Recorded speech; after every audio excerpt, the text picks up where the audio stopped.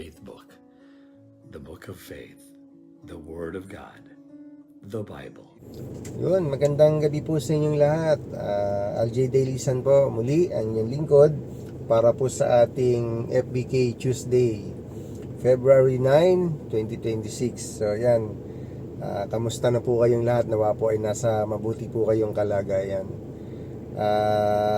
Medyo maganda po itong ating mapapakinggan, no? Mula po ito sa 2 Timothy chapter 1 verse 10 to 12. At hayaan nyo pong basahin ko to sa wikang Tagalog, kung saan hinango po natin to sa magandang balita, Biblia. Sabi rito sa verse 10, ngunit ito'y nahayag na ngayon nang dumating si Kristo Jesus na ating tagapagligtas. Winakasan niya ang kapangyarihan ng kamatayan at inihayag ang buhay na walang hanggan sa pamamagitan ng magandang balita.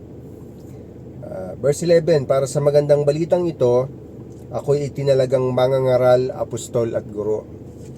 Verse 12, at iyan ang dahilan kaya ako nagdurusa ng ganito, ngunit hindi ako nahihiya sapagkat kilala ko ang aking sinasampalatayanan at natitiyak kong maiingatan niya hanggang sa huling araw ang pinagkatiwala ko sa kanya. Pagpalain nawa ang ating binasa.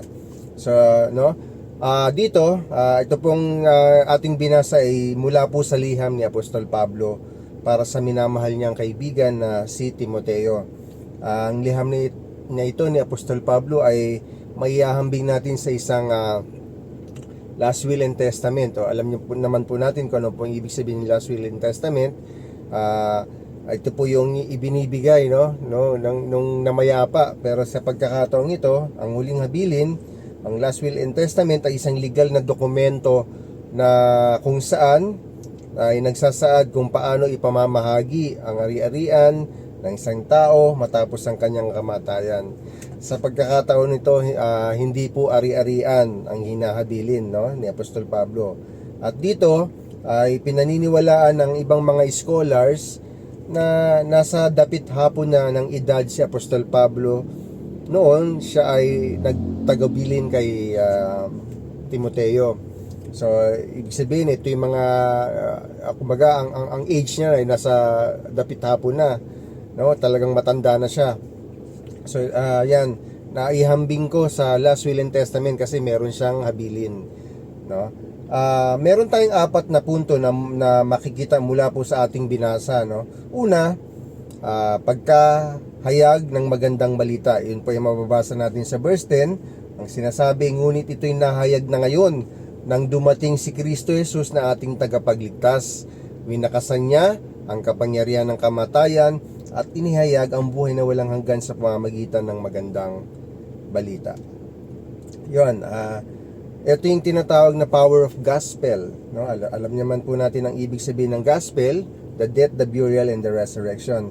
Dito ay pinapakita na ang Panginoong Hesus ay dumating, para wakasan ang kamatayan. At kung ang ating inaaral, kapag tayo po ay nagso-soul winning, ay dito pinapakita natin ang kamatayan, ang kasalanan ay, di ba? Ang kabayaran nito ay kamatayan. Dito dahil diyan ay ang Panginoong Hesus ay dumating para wakasan na yung kamatayan na yan. At bukod diyan ay maipakita sa buhay,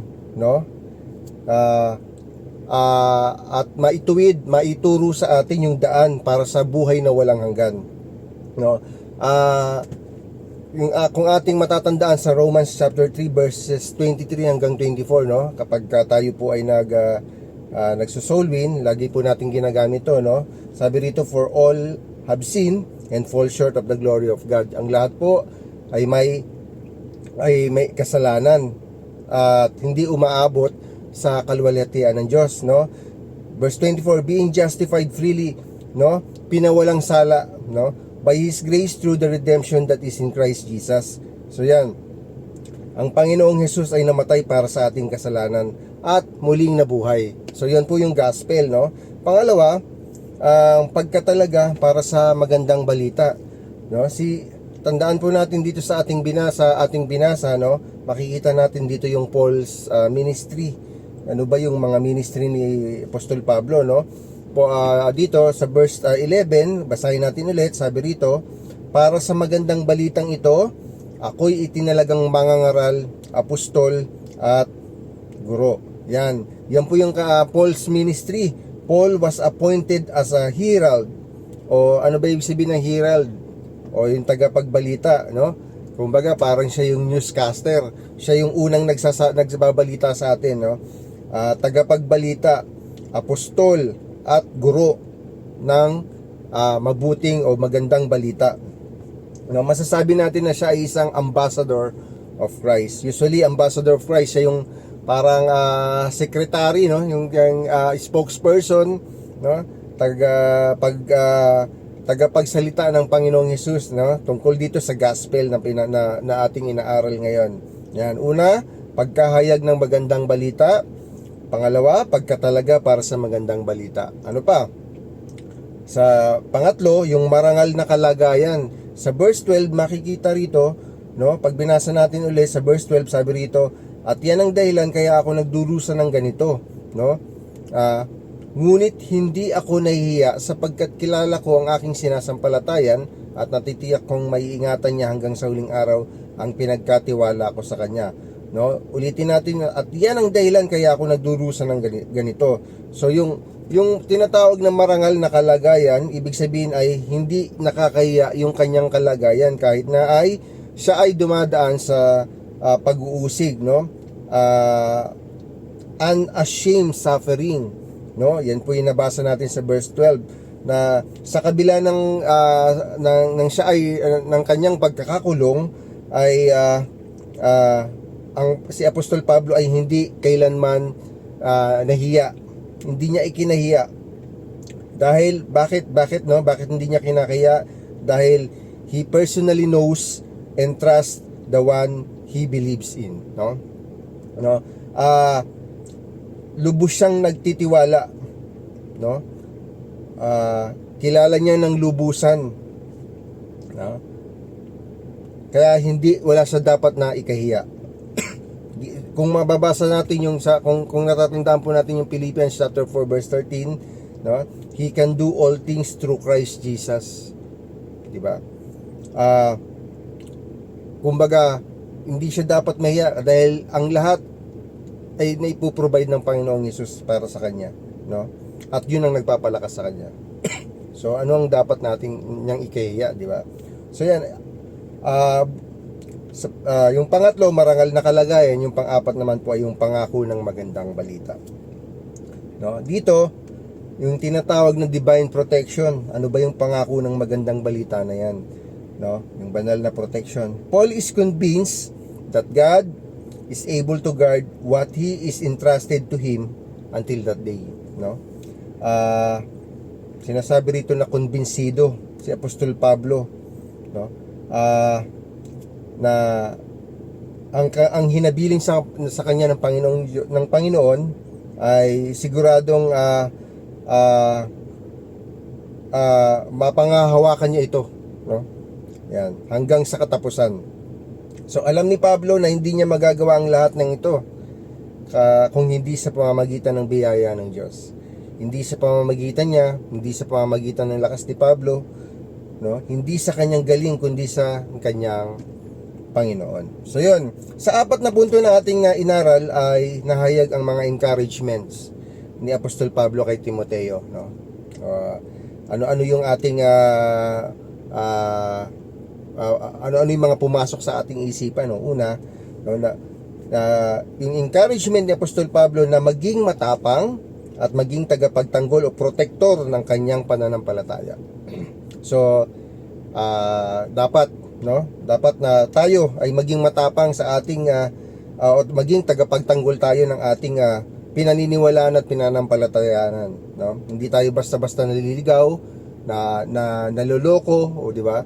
Hindi tayo agad-agad na nadideceive ng kalaban. So yan.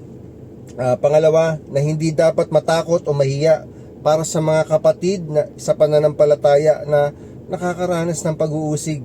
Minsan kapag feeling natin na nadadaig, no, sa isang mga sintas ng Biblia, nakala natin ay nadadaig yung ating kapatid, no? Feeling natin ay pinanghihinaan din ng loob yung ating kapatid, no?